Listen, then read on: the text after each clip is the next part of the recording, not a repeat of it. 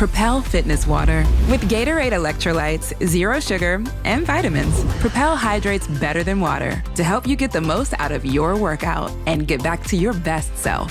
What propels you? Propel with Gatorade electrolytes. Coach Unplugged is brought to you by great people over at teachhoops.com for coaches who want to get better. From the Fifth Quarter Studios in Madison, Wisconsin, you're listening to Coach Unplugged. Here is your host, Steve Collins.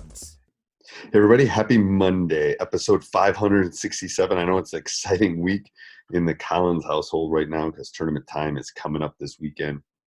But before we jump into that, this is going to be a two-parter this week and next week. And there will be some things discussed in this podcast and on Mondays that I will put a link down below. You can watch them on YouTube. If I know there's some whiteboard things and some things I drew up in these couple.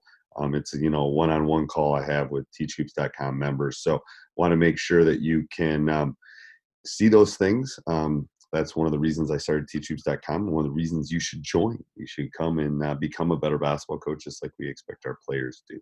Also, make sure you go over and check out Dr. Dish, the number one shooting machine on the market. Give them a call. Tell them I sent you. Tell them Coach Unplugged sent you. They will take really good care of you and give you $350 off your next shooting machine. And they'll help you trade in too. So go over and check them out. Let's head off to the podcast. Hey, Coach, go ahead. Yeah, I've always got millions of questions. I'll just hit a couple of top ones and see what you got for me. Okay. I heard one of the podcasts that you were talking about how to handle a 1-2-2 aggressive half-court trap, about sending guys from the back, but I never got the specifics on that. Okay, so 1-2-2 or 1-3-1? 1-2-2. Okay, it looks like that. So you're saying aggressive. Yeah. So you're saying 2-1, and let's say most people would break this with an even front. So they put an offensive player here, they put an offensive player here. They'd probably put one in the high post, and they probably most people counter with opposite. So if it's an odd front, they go even. So okay. So you're saying this is aggressive, right? So the 1 and 3 are trapping aggressively, and if it goes to the corner, the 5 and 3 are trapping. Right. Yep. So 1 and 3. Okay. So that's where I'm saying 2 has to make a decision at this point. Okay. Because 5 is probably going to step here. Okay. What I do is I don't leave this guy I don't put that guy there at the high post. So what I do is I put them at the short corner. So I put them in at the short elbow. I put them either there or there, depending on which way. So if the ball's on this side, I put them right here, because then 2's got to make a decision about who he's going to guard, and then this person pops in behind. See what I'm saying? So if the ball's on this side, I put, we'll call this here. I can go, this is offensive player 1. Offensive player 1 has the ball. Then I tell offensive player 3 to get not low block, but mid block, right in here. Okay. If offensive player 2 has it, then offensive player 3 would be on this side, because I'm going to force 2 to make a decision at this point. This is really too far for 4 to come. And 4 is more worried about 5 moving and getting a bucket in here, just lobbing it up and getting a bucket. So that's where I was talking about. I was talking about that opposite high guy flashing behind the trap. Okay. Because if 2 takes the offensive player 2 away, then 3 will be open. Okay. This player will be open. So one of these 2 players is going to be open, because 2 can only guard. But when you do this normal lineup, 2 can kind of sit on 3 and then also look for the steal up above. So it's basically you want to give 3 passing lanes. So worst case scenario is, let's say the ball is here. The worst case scenario is you want 3 passing lanes. You want 1, 2, and 3 passing lanes. So you have that. If 4 does come up and takes 2 away, then 5's got to follow 4. Then 5's got to come up, and then the release is just a skip across. So either one of these 3 people is going to be open.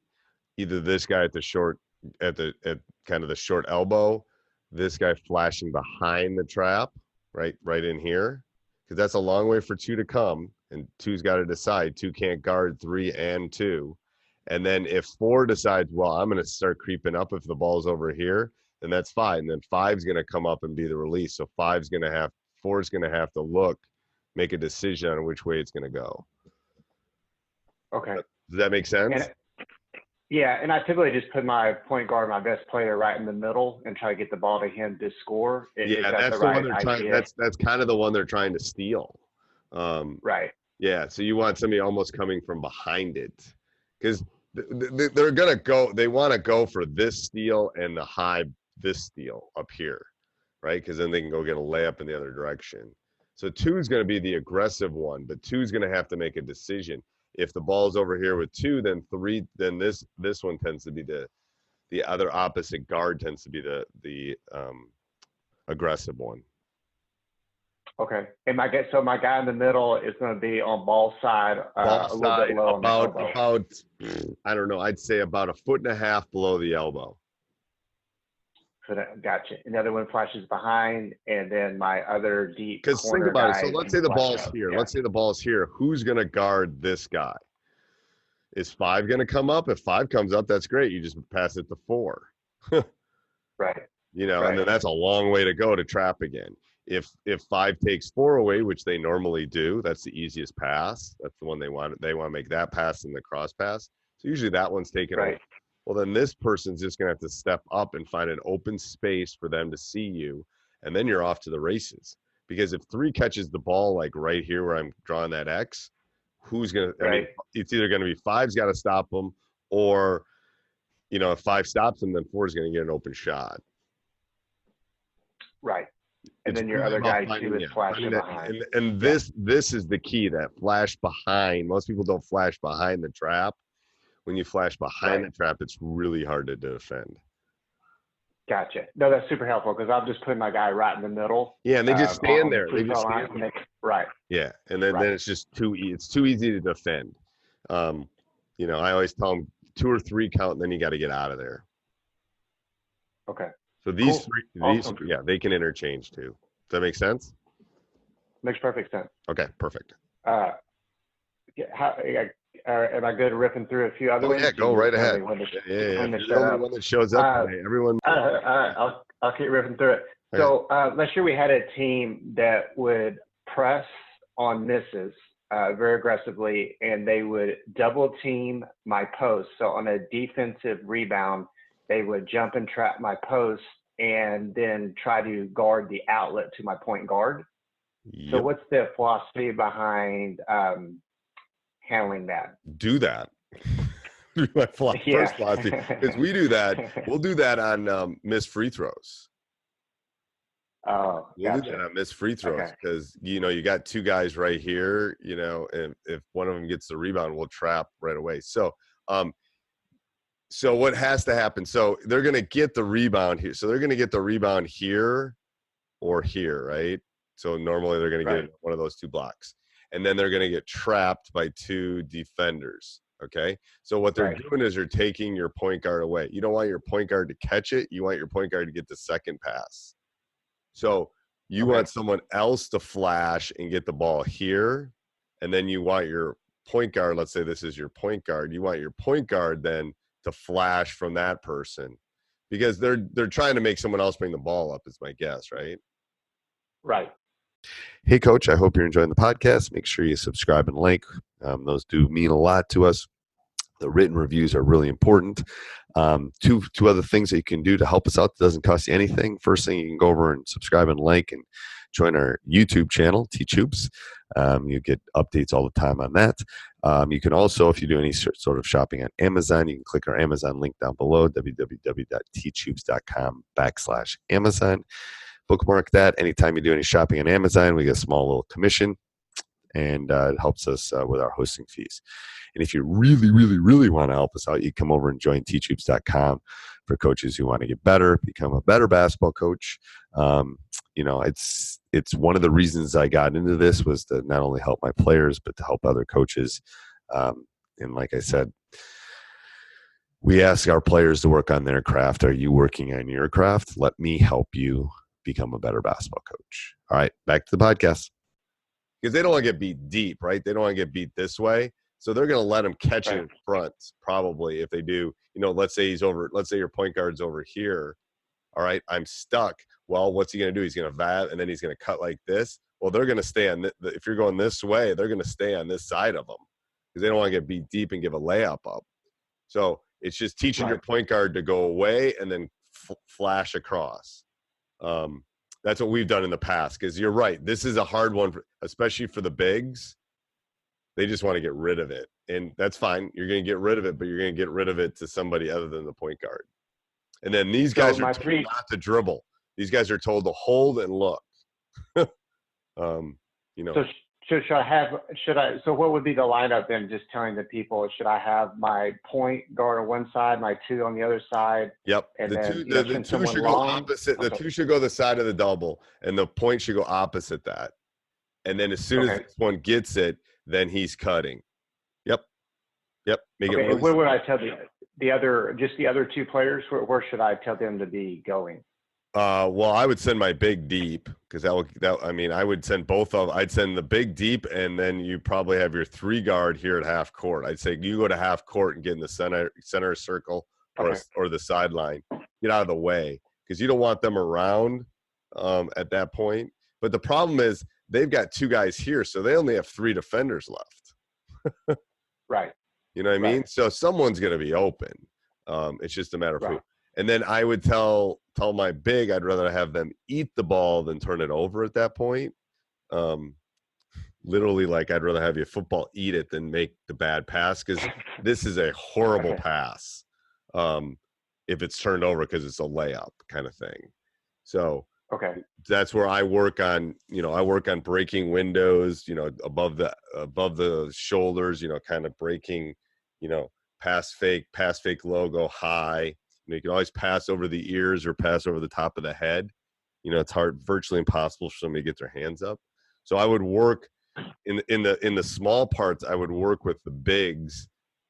This is a great drill. You could do this as a drill too. Like, okay, what do we need to work on? We need to work on when they're getting doubled. Great. We're going to double the big. We're going to throw the ball off the board. Big's going to get it. We're going to double them. And then we're going to work on, going 3-on-3 at that point, or 2-on. We're going to work on our break, getting the ball up, and let's.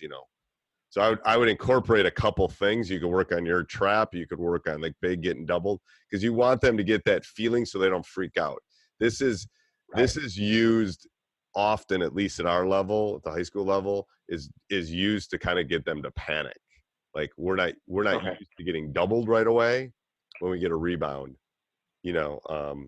So that's and most coaches run it to try to get a couple turnovers and a couple layups, a couple easy buckets. Okay. Cool. So I would definitely incorporate that into practice, like, so the bigs know what it feels like to get doubled. And then if you know the football coach, I'd go get some football pads, those big pads, and bang them. You ever see those big? You can get them at Dick's or whatever. Yeah.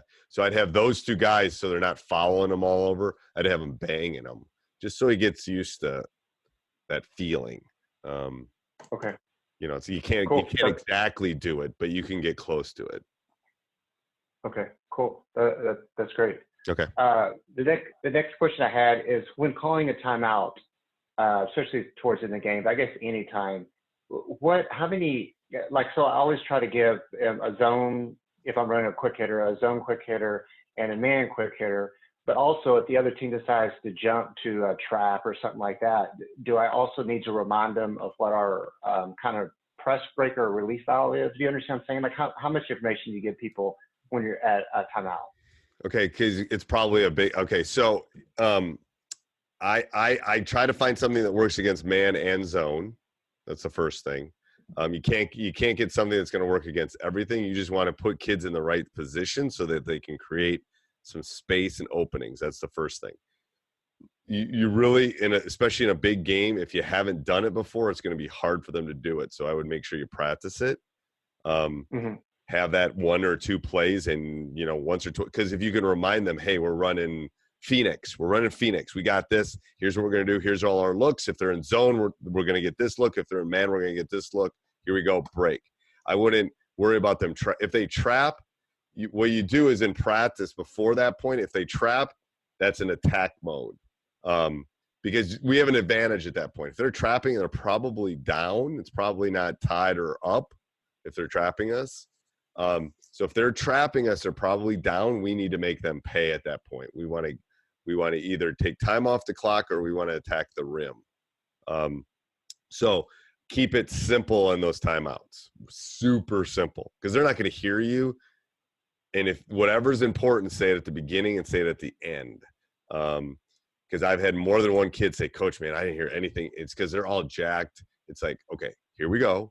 And that's where running them in practice is so important. Every big game that I've won, we've run something that we've run before, and I'm more calming them, saying, hey, we're going to win this. We got it. We're going to run Phoenix. Here's what it's going to look like.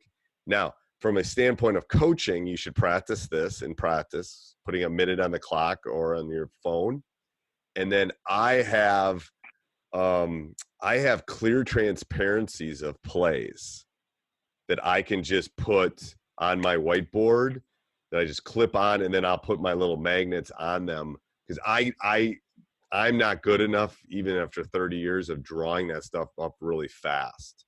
So I'll tell my assistant as I see it's coming, hey, get our quick hitters ready. He'll have them ready. I go, all right, we're going to run Phoenix, and he'll have it clipped on there for me. So when I grab the whiteboard, it's ready, rock and roll. Here's what we're running. I'll just put the magnets and the kids in the right spots. He even has magnets labeled come tournament time with the kid's name. So I'll grab John. John's going to be here. Bill's going to be here, blah, blah, blah. But just like the kids practice, you have to practice that. Because if it's a tight game, if they see you're confident and have it, their confidence level multiplies. Because they feel like, oh, we got this. We've done this in practice. We've already run it. We've done this 4 times. So that's where I think you got to come up with just a couple quick hitters. I'm actually probably the end of this week or next week. We just finished the PowerPoints, and then my assistant is going to do the wording on it of all quick hitters, how to pick a quick hitter, what you should look for, a checklist and everything. So it'll probably be a week. We just finalized the PowerPoint, so he's going to go back and do either today or tomorrow. So look for that in the next week, and that will help you. Like, do you want to screen? Because there's so many different things you can do in a last second play. You got to kind of pick a couple that you want. Do you want a 3? Do you want what kind of things do you want? And then that's where you can get the play from. So look for that. So. No, that makes perfect sense. So a follow-up on that is I basically with the kids, I have them work on just in the game, just one baseline out of bounds for man and one baseline out of bounds for zone. Yep. And they're different. Okay. So if I wanted to go with that philosophy of a man in a zone they've already practiced on, is there a certain way that you really tell? I mean, can I have my guys switch or something right before they run it just to make sure they are in a man or zone? Or are you of the philosophy that's better just to have one play that will Well, the work problem is I might 1-3-1 half court trap you. I might run a matchup 2-3. I might run a diamond in 1. Depending on the amount of time, I'm not sure you have time to synthesize that. You know what I'm saying? In a play at the end of a game, if let's say we're playing you, I'm coaching against you, and your team's going off, and your 2 stars are just, man, they're going crazy. All right, maybe the whole game we've been playing a matchup and man. Well, maybe the last play of the game, I'm going to my triangle and 2, and I'm just going to take those 2 out of the game. I'm not going to let them score. Well, you got to have some sort of quick hitter where everybody kind of gets a look. Maybe I'll 1-3-1 trap you in the half court. Well, all of a sudden, now we're extending. Now there's going to be different spaces. So that's where I think you want to figure out. Personally, I think you don't want to bottle yourself. There's so many different zones. That's the problem. And a lot of zones become similar to man after you do a couple movements. That's why I think if you just find a good 1 or 2 good plays, I don't know how many zones you see in your league and stuff, but if you only see 2 3s in man, then easy, yeah. Just have 1 for each. But if if like our league, you could see 6 different zones at some point, or a switching man, or a non-switching man, or maybe they're icing us and pushing us, whatever it is. So you just got to be ready for it. But if you feel comfortable, what I tell every coach, do what you feel comfortable doing. So if you feel comfortable having 2 different ones, do that. Absolutely. Because the kids will feel that. So when they go out in the court, if I want to just have maybe 2 players switch positions or something just to see if they do follow them? You just have them. Simple. Yep, that's super simple. Are they handing? It's going to be a little bit harder to tell a matchup in a matchup zone and a man. Yeah, matchups. That's going to be harder. Right. But if you get guys cutting through and they're following, or they're getting to the help line, then you'll be able to tell it's man. So yes, if you have like 30 seconds, that's easy. Cutters through will tell you kind of, for the most part, whether it's man or zone. Won't always do it, but it'll give you a good idea of it. Right. Okay. So just the one follow-up question on that is when they do jump to trap, so like my point guards, I probably have one of the best point guards in the league. Yep. So if they look to double team him right off the bat, is there a specific rule that you tell the kids, like fill the 3 passing lanes, come to the ball? Yep. I tell them pass through first of all, I convey like they're trapping him. We're going to make him pay at that point. Okay. Someone's open. So I almost get like the blood and water kind of theory at that point. Cause I want the other 4 boys to be like, yes, like excited that he's getting trapped because now we have an advantage. Because if he's that good, he's going to be able to get out of that trap or pass it out, then we're going. So, yes, I tell them 3 passing lanes and attack at that point. We're going to score. We're going to make you pay for trapping us. Okay. Yeah, and I would try to get the trap high. If you think they're going to do it right away, I try to get him the ball, set something where he can get the ball right away, and then go ahead. We want you. Go ahead and trap us, because then we're gonna make you. I tell them go past north south rather than east west, so they don't get a layup. But let's go. Yeah.